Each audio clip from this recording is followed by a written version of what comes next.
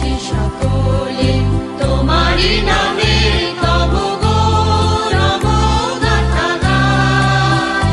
তব চরণ তলে প্রভু ফুটে আছে ফুলের হাসি তান।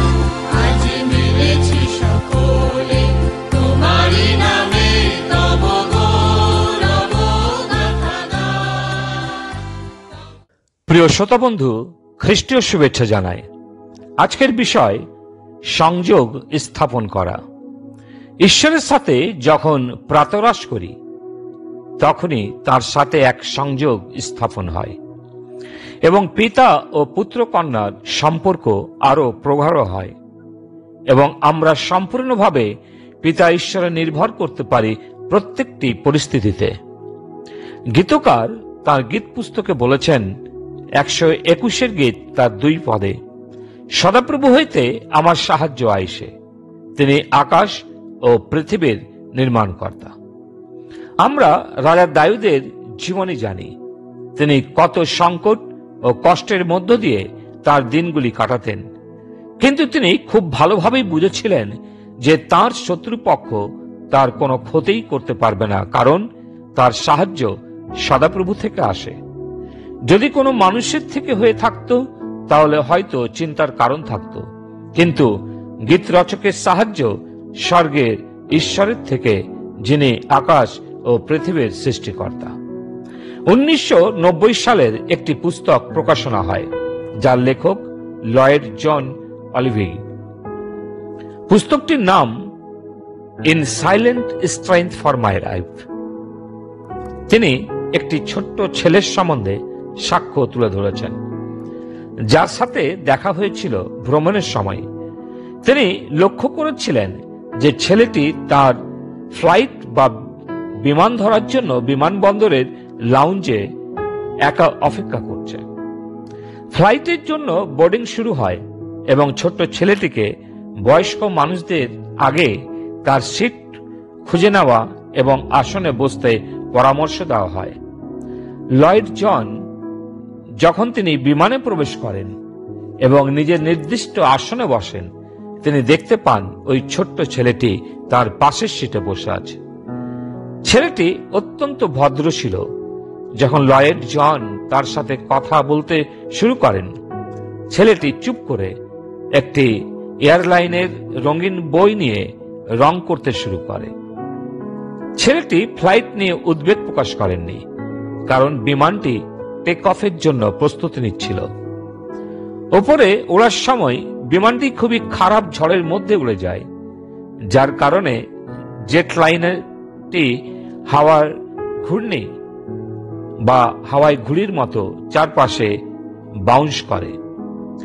বায়ুর উত্তালতা এবং পরবর্তী উড়োজাহাজের পিচিং এবং লাঞ্চিং কিছু যাত্রীকে ভয় দেখায়, কিন্তু অল্প বয়স্ক ছেলেটি কোনো কিছু গুরুত্ব না দিয়ে তার কাজ ও কথাবার্তায় মগ্ন ছিলেন। পেছনে বসা এক মহিলা যাত্রী ছেলেটিকে একটু সাবধান করেন এবং সিটের বেল্ট পরে বসতে তাকে পরামর্শ দেন, কারণ বিমানের বর্ণ ঘূর্ণয়মান দেখে মহিলা শঙ্কিত হয়ে উঠেছিল। তিনি ছেলেটিকে প্রশ্ন করলেন, বৎস, তুমি ভয় পাচ্ছ না? ছেলেটি উত্তরে বলল, না ম্যাডাম। ছেলেটি উপরের দিকে তার রঙিন বইটির প্রতি তাকিয়ে বললেন, এই বিমানের পাইলট আমার বাবা। প্রিয়, এর থেকে বড় নিশ্চয়তা ও সুরক্ষা আর কি হতে পারে যখন তার পিতা বিমানের চালক হন, শত সংকটের মাঝেও কিন্তু অবিচল এবং শান্তিতে যাত্রা করছে, শুধু এটা জেনে আমার বাবা নিশ্চিতভাবে সুরক্ষিত অবস্থায় বিমানটি অবতরণ করাবেন। এমন সময় আসে যখন আমাদের জীবনের ঘটনাগুলি আমাদের মনে করিয়ে দেয় যে আমরা একটি উত্তাল ঝড়ের মাঝখানে আছি। আমরা চেষ্টা করেও আমরা শক্ত মাটিতে অবতরণ করতে পারি না বা একটি নিশ্চিত অবস্থায় থাকতে পারি না।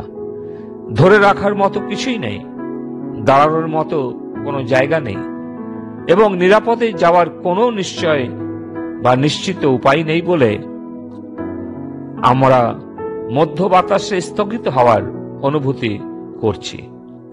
প্রিয়, ঝড়ের মাঝে যাই হোক, আমরা মনে রাখতে পারি যে আমাদের স্বর্গীয় পিতা আমাদের পাইলট।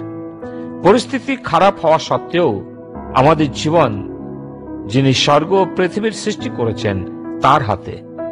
তাই গীতকার বলেছেন 23 গীতে, সদাপ্রভু আমার পালক। যখন আমি মৃত্যু ছায়ের উপত্যকা দিয়ে গমন করিব, তখনও অমঙ্গলের ভয় করিব না, কারণ তুমি আমার সঙ্গে সঙ্গে আছো। ছোট্ট ছেলেটিও জানত বাবা চালকের আসনে বসে আছেন ঠিকই, কিন্তু তিনি এটাও জানেন তার পুত্র তার সাথেই বিমানে যাত্রা করছেন।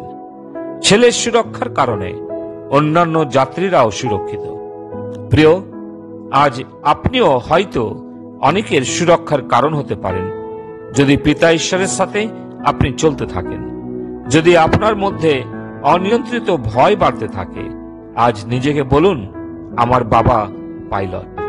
ঈশ্বর তিনি তার বাক্যে আমাদের আশীর্বাদ করুন।